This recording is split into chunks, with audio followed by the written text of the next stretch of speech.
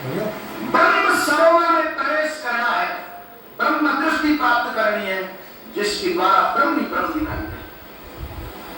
एक बात है, कोई महात्मा ये कहेगा कि विश्व है ही नहीं, संसार समाप्त हो गया, केवल परमात्मा रह गया, आदमी क्या रहेगा? पागल हो गया। क्या दुनिया के लोग ये बात सुनेंगे तो कहेंगे वो पागल हो गए। कहां है परमात्मा? संसार ही संसार तो है, बेटे पोते परिवार पशु पक्षी पेड़ पौधे ये सब कुछ दिखाई दे रहा, ये कहते हैं कुछ भी नहीं है। क्या मानोगे? बिल्कुल उल्टी भाषा, एकदम उल्टी, एकदम उल्टी भाषा और एकदम उल्टा दृश्य। आदमी कैसे भरोसा करेगा? भरोसा नहीं करता। और साधु संत क्या कहते हैं? बोले हमने उल्टा चलना सीखा। क्या? सीधे चलने से काम बनेगा नहीं, उल्टे चलेंगे तो अपने मंजिल की तरफ जाएंगे। आज मैं उल्टे चलने वाली बात नहीं कर पाऊंगा, कल आपको उल्टा चला करके बताऊंगा, या ऐसे उल्टा चला जाता, आज नहीं कर पाऊंगा। आज मैं तारक मंत्र की बात कर रहा हूं। एक बात है, जो बात करनी वो पूरी कर लेनी, अधूरी बात नहीं करनी। तारक मंत्र की बात पहले पूरी करें, उसके बाद पूरे आगे बढ़े। अधूरी बात ठीक नहीं रहती। एक बात है, अधूरा ज्ञान ठीक नहीं होता, अधूरे ज्ञान में संशय रहता, और आप जानते हैं जिस ज्ञान में संशय होता वो ज्ञान तारक नहीं होता, वो ज्ञान तारता नहीं है, वो ज्ञान डुबा देता। गीता के अंदर बताया गया, संशयात्मा विनिश्यति नायम लोगो अस्ति न परो न सुखम संशयात्मा। और संशय जनित जिन लोगों का ज्ञान है, उन लोगों ने समाज के अंदर भ्रांतियां पैदा की है, समाज को कोई सही दिशा नहीं दी, और संसार को कोई आंख नहीं। उन लोगों ने संसार को डबल अंधा बनाया, अंधों को और अंधा बना दिया। इसलिए संशय ज्ञान होना जरूरी। तो जो जितनी बात हो सके उतनी पूरी। तो आज मैं केवल तारक मंत्र की बात बताऊंगा। तो महात्मा के अंदर उल्टा चलो, उल्टे चलोगे तो आंख खुलेगी, संसार के साथ चलोगे तो तीसरा नेत्र नहीं खुलेगा, एकदम उल्टा चलना। और संतों की वाणियों में लिखा हुआ है ऐसे पद, उन पदों की तरफ आप थोड़ा ध्यान देना। वो पद कोई ऐसे ही नहीं, आप सोचते होंगे ये महात्माओं की लैंग्वेज रही है, उल्टे बोलने की लैंग्वेज नहीं है, वो महात्माओं की गति है। क्या है? उल्टे चलने वाली गति। वो उल्टे चल रहे और उल्टे चलते हुए बोलते, इसलिए उल्टी भाषा बोलते। साधुओं की भाषा भी उल्टी होती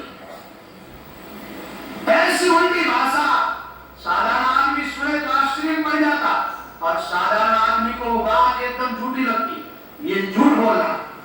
अब कोई साधु कहे कि काकड़ी 7 आंख की है, दीन 9 आंख का, आपको मालूम होगी क्या? काकड़ी जो है, ककड़ी वो 7 आंख लंबी। पहली बात तो यही मालूम नहीं होगी कि कोई ककड़ी की 7 आंख लंबी होती है क्या? देखिए आप लोगों ने एक मुड़ा 7 गाड़ों में डाला हुआ है, ऐसा देखा आपने? तो 7 आंख की ककड़ी इतनी बड़ी, पहली तो यही बात मालूम नहीं होगी, और दूसरी बात तो और भी और ज्यादा। जैसे महात्मा लोग कहते हैं अदर गपी ये संत, क्या ऐसी गप्पे मिलते हैं आज के लोगों के तो मन ही नहीं होती, लेकिन उनकी गप्पे नहीं है, उनकी गप्पों में सच्चाई होती। वो कहते बीज बढ़ गया 9 आंख, और माली है तब तक ककड़ी सनात, माली नहीं हो तो ककड़ी नष्ट हो जाए। अब माली का उस ककड़ी के साथ रहना बहुत जरूरी है, अब माली भी हैरान हो जाएगा। ऐसी ककड़ी जिसके पास 8 पैर मुझे रहना पड़े, ऐसी ककड़ी का बीज माली अपने खेत में बोएगा, जिस ककड़ी के पास 8 पैर बन जाए। आप जानते हैं ऐसी ककड़ी को, ये जितने शरीर है ये सब ककड़ियां हैं। 7 हाथ की काकड़ी, 7 हाथ की काकड़ियां भी 7 धातु से बना हुआ शरीर, और 9 तत्लिंग शरीर, सूक्ष्म शरीर 9 तत्वों से उत्पन्न होने वाला वो बीज, ये ककड़ी माली के संग समाज, आत्मा के सड़ाप रहती, आत्मा नहीं हो तो इस ककड़ी का विनाश हो जाता है। और बीच 9 तत्लिंग शरीर, स्थूल शरीर पंचमहाभूतों का, और लिंदे 9 तत्वों का, 5 प्राण और चतुष्टयात्मिकरण, ये 9 तत्व का जो कहते हैं सूक्ष्म शरीर, ये बीज है। ये शरीर तो आगे जाकर के नया शरीर धारण करता, एक काम करे महात्मा कहते हैं ये 9 आत्मा के बीज को मिटाओ, पहले ककड़ी को है ना, ककड़ी को मिटाने का प्रयास करते लोग, बीज को मिटाने का। ककड़ी के साथ अत्याचार में लगे हुए बहुत सारे लोग दिखाई देंगे आप, और आप उनको बहुत बड़े महापुरुष मानेंगे। एक बात, महीना 2-2 महीने तक उपवास करने वाले लोग क्या करते हैं, वो इस ककड़ी को मिटाने में लगे हुए, ककड़ी के साथ उनका विरोध हो गया, ककड़ी के साथ वो लड़ाई लड़े, ककड़ी के साथ उसने जंग छेड़ दी, ये ककड़ी तो है, इसको मिटा जैसे तैसे। क्या होगा, उपवास करो, ये शरीर सूख जाएगा, कांटी जैसा हो जाएगा। ऐसे ऐसे भी लोग देखे मैंने, धूप होती है तो लोग छाया में बैठते हैं, वो जाकर के धूप में खड़े हो जाते। सर्दी लगती है तो आदमी कपड़े पहनते हैं, ऐसे लोग भी होते हैं जो ठंड में जाकर के और कपड़े उतार के खड़े हो जाते हैं। एक बात बताओ, वो लोग क्या कर रहे हैं, मिटाना चाहिए बीज को और मिटा रहे हैं ककड़ी को। ककड़ी मिट भी जाएगी तो समस्या हल हो जाएगी क्या? समस्या जो की क्यों बनी रहेगी, बीज है, बीज है तो नई बेल पैदा होगी, नई ककड़ी पैदा होगी, एक को मिटा दो। एक बात बताओ, इस शरीर ने क्या बिगाड़ा जो इसके साथ अत्याचार करे, क्या बिगाड़ा?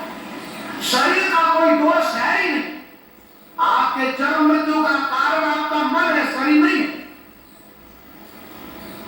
और मन कैसे मिटे, ये तरकीब लोगों ने ढूंढी नहीं, ये तरीका अपनाया नहीं, और शरीर के साथ युद्ध छेड़ दिया, जंग छेड़ी, शरीर को रोटी देनी बंद की, शरीर को पानी पिलाना बंद किया। ये काम कोई कठिन नहीं है, कोई भी आदमी भूखा रह सकता है 2-2.5 महीने, तो मरेगा नहीं। और ऐसे भूखे रहने वालों को बहुत बड़े तपस्वी कहते हैं, आप उनको अत्याचारी क्यों नहीं कहते? किसी और के साथ अत्याचार करना, और को सताना, और को तकलीफ पहुंचाना, ये पाप है ना? क्या मानो, पाप मानो? तो अपने आप को सताना तो पुण्य है,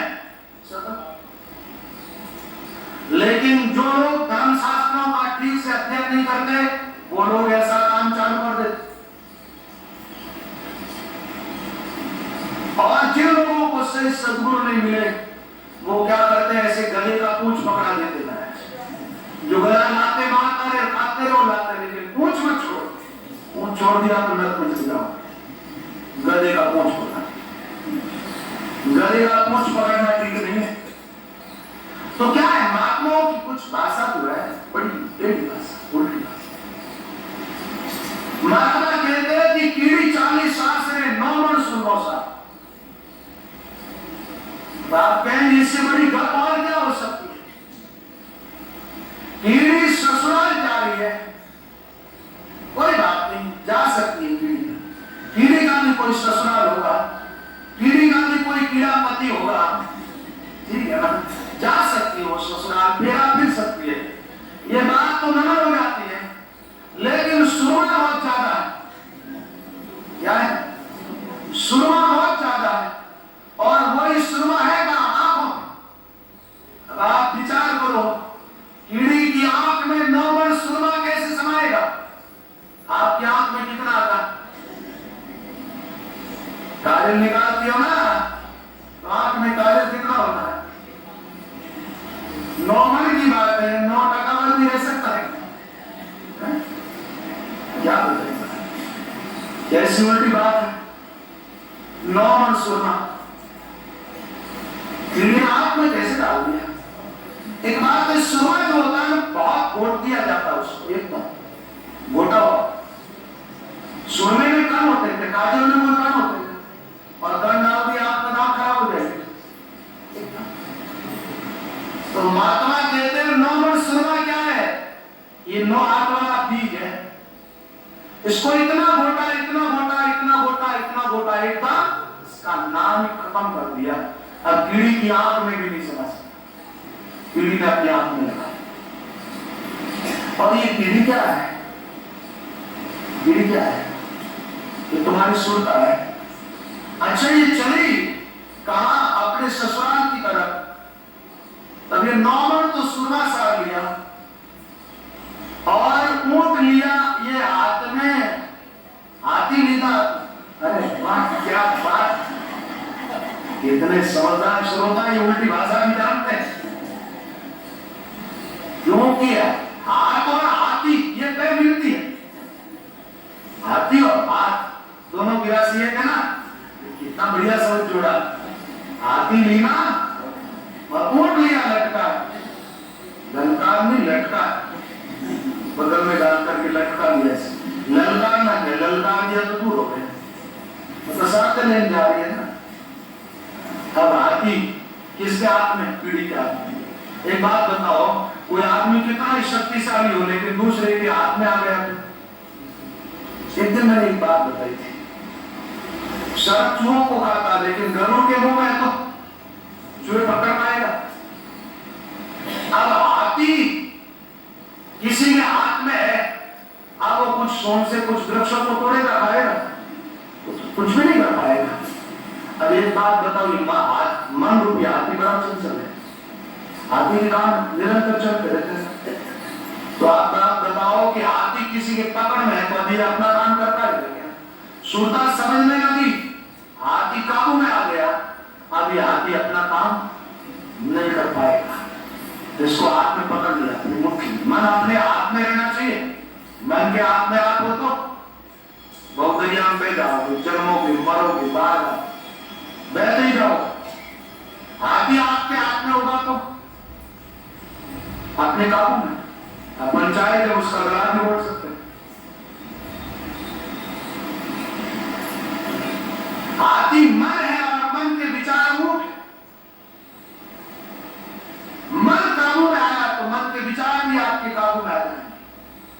तो ये साधुओं की उल्टी भाषा। संतों उल्टी करता हम जानी, संतों उल्टी करता हम जानी, देखत नाई सूरत का अंधा, देखत नाई सूरत का अंधा, शिकर चढ़ता पानी संता उल्टी करता। कहते हमने देखा क्या गंगा हिमालय की तरफ जा रही, हिमालय के शिखर की तरफ चढ़ रहा गंगा का पानी। आपने देखा? आपने देखी वो गंगा हिमालय से उतर रही है नीचे और जा रही है खारे समुद्र की तरफ।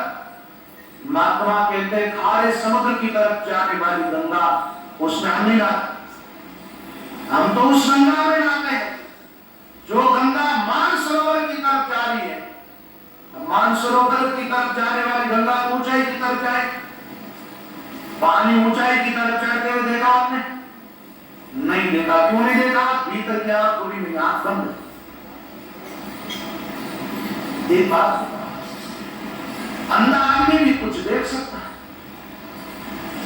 नहीं देख सकता। देखना है तो आंख चाहिए। तो महात्मा लोग कहते हैं उल्टी गंगा को देखने के लिए तीसरे आंख की जरूरत है। इन दोनों आंखों से वो गंगा दिखाई नहीं देती। एक बात बताओ, नाभि से सब पीछे की तरफ चढ़ता है तो गंगा किधर जा रही? ऊपर जा रही है, नीचे ऊपर की तरफ जा रही है। और ऊपर कहां जाएगी गंगा? गगन मंडल में। तो महात्मा कहते देखत नाई सुरपी का अंधा शिखर चढ़ता, कहा कि एक हंस हमने ऐसा देखा जो उड़ा,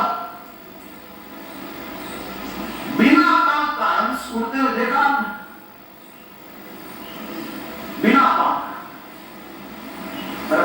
हंस देखे हमने, बहुत सारे देखे, पहली बात तो सबने नहीं देखी, लेकिन पक्षी तो देखी है ना। तो जो भी पक्षी होता है उसकी आंखें होती है, पाखें होती है, और उड़ान भरता है तो पांख से भरता है, बिना पांख उड़ो तो आप उड़ो। आदमी के पास पंख नहीं है तो आदमी उड़ नहीं सकता, पक्षियों के पास पंख है इसलिए पक्षी उड़ जाते हैं। महात्मा कहते बिना पंख का हंस उड़ा, बिना पंख उड़ा कैसे? और कहां गया? बोले आकाश में जाकर के अदर बैठ गया। उस हंस ने धरती का आधार छोड़ दिया, अदर बैठा। एक बात कहीं भी बैठना है तो आधार कुछ नहीं। पक्षी बैठते हैं तो कोई डाली पर बैठेगा, वृक्ष पर बैठेगा, कोई तो आधार नहीं। बिना आधार आधार में बैठा। ये पक्षी कौन है? बिना पांख का हंस है आत्मा। और हरियाली ये संसार जहां जीव उत्पन्न होते हैं, इससे ऊपर उठ गया, कहां बैठा? परमात्मा का भी कोई आधार है? जो निराधार तत्व है उसके अंदर लय हुआ तो क्या हो गया? वो आधार, बिना सब आधार छोड़ा, बिना आधार फिर हो गया। आधार था तब उड़ रहा था, आधार छूटा तो स्थिर हो गया। एक ऐसा कुआं देखा जो आकाश में, बिन धरती की आरत मंडियो, बिन बादल जल बरसे, उन बादल में अमृत बरसे, सो अमि पिया कर। एक कुआं देखा आकाश में, आकाश में कोई कुएं होते? ये उल्टी बात है लोग, महात्मा लोगों की। आकाश में कुआं और वहां रेत चल रहा है, उस कुएं में से पानी जो निकल रहा, वो क्या पानी नहीं, वो अमृत। अमृत, अमृत का अर्थ होता है जहां मृत्यु नहीं, मृत्यु से उल्टा अमृत। बिना धरती। एक बात है, साधना के क्षेत्र में ऊंचाई पर जाते हो तो ऊंचाई को गिरन का महात्मा को, तुम्हारे खोपड़े को गिरन नहीं कहा। आदमी लोग सोचते होंगे ये मस्तिष्क जो है ये गिरन है, ये गिरन नहीं, ये तो माथा है। क्या है? खोपड़ा। गिरन आकाश, खुला आकाश। एक बात बताओ, आकाश में कोई रुकावटें होती है? जहां कोई रुकावट नहीं, जहां कोई आधार नहीं, दरिया दिख से पार, वहां जाकर के बैठे, गिरन नहीं। एक बात बताओ, जहां कोई आधार नहीं, वो निराधार जो तत्व है, वो परमात्मा, वहां भी मौत है क्या? तो वो अमृत तत्व है, उसका अनुभव करना ही अमृत पान करना। तो ये सारी बातें बताई जाएगी। यदि तारक मंत्र में हम चल रहे हैं तो तारक मंत्र की बात करते हो, कुछ महात्माओं की उल्टी बातें आ गई सामने। दूसरी बात, तारक मंत्र की ये उल्टी बातें इसलिए आई कि आंख से उल्टा देखने वाली बात। तो ये तारक मंत्र का एक अर्थ आंख होता, तीसरी आंख, जो तीसरी आंख तारक मंत्र को क्यों कहा गया, ये चर्चा हम कल करेंगे। आज के प्रसंग को यह विश्राम देंगे। अब एक बात है, साधना की बात मैंने आज भी कर दी है, तो आज क्या करेंगे, थोड़े साधन में लगेंगे। तो मेरे को अलग से पूछने की आपको जरूरत नहीं पड़ेगी, मैं यही आपको बता देता हूं। साधना आज से मैं साधन आरंभ कर, आप सब भाई बहनों को भजन करना। भजन कैसे करोगे? अपने श्वास की जो गति है उसको सम बनाओ। क्या हो? जितना श्वास छोड़ना है उतना ही श्वास वापस आपको खींचना। क्या करना? देखो, श्वास की गति सहज चलती है हमारी, हम श्वास छोड़ते हैं और श्वास वापस खींचते हैं। तो श्वास जितना छोड़े उतना ही श्वास वापस खींचे। एक प्रक्रिया तो ये समझे। और दूसरी साधना की प्रक्रिया यह है कि शब्द उच्चारण जो करें तो वो श्वास के साथ जोड़ करके उच्चारण करने का तरीका सीखे। आम आदमी शब्द जो उच्चारण करते हैं वो जबान से जोड़ करके शब्द उच्चारण करते, जैसे जबान से हर शब्द जुड़ा रहता है, लेकिन जबान के साथ आप इस शब्द को श्वास के साथ जोड़ो। श्वास के साथ जुड़ा हुआ शब्द अंतर्मुख होता, अपने भीतर जाता श्वास के साथ, और केवल होठ और जीभ के बल से हम शब्द जो उच्चारण करते हैं वो शब्द बाहर चला जाता है। दूसरी बात, ध्यान करने वाले, भजन करने वाले लोगों की सोच रहती है हमें ऊंचाई की तरफ जाना, तो ऊपर की तरफ ध्यान लगाते। आप जानते हैं मस्तिष्क की तरफ ध्यान लगाओगे, मस्तक के जितनी भीड़ और कहीं नहीं, इसलिए आप दिमाग की तरफ बिल्कुल मत जाओ। भजन में बैठने वाले भाई बहनों को चाहिए वो सिर को एकदम हल्का छोड़ दे, सिर की तरफ अपना ध्यान बिल्कुल नहीं रखें, पूरा ध्यान केंद्रित करें आप अपने कंठ स्थान की तरफ। कहां ध्यान केंद्रित करें? सिर को एकदम हल्का छोड़ दें। सिर के अंदर कोई विचार दिमाग में चल रहे हैं उनके साथ भी छेड़छाड़ बिल्कुल ही ना करें, क्यों हटाने की कोशिश करोगे तो ज्यादा सट जाओगे। तो क्या करना चाहिए? सिर को हल्का छोड़ करके और कंठ कमल पर ध्यान लगाए।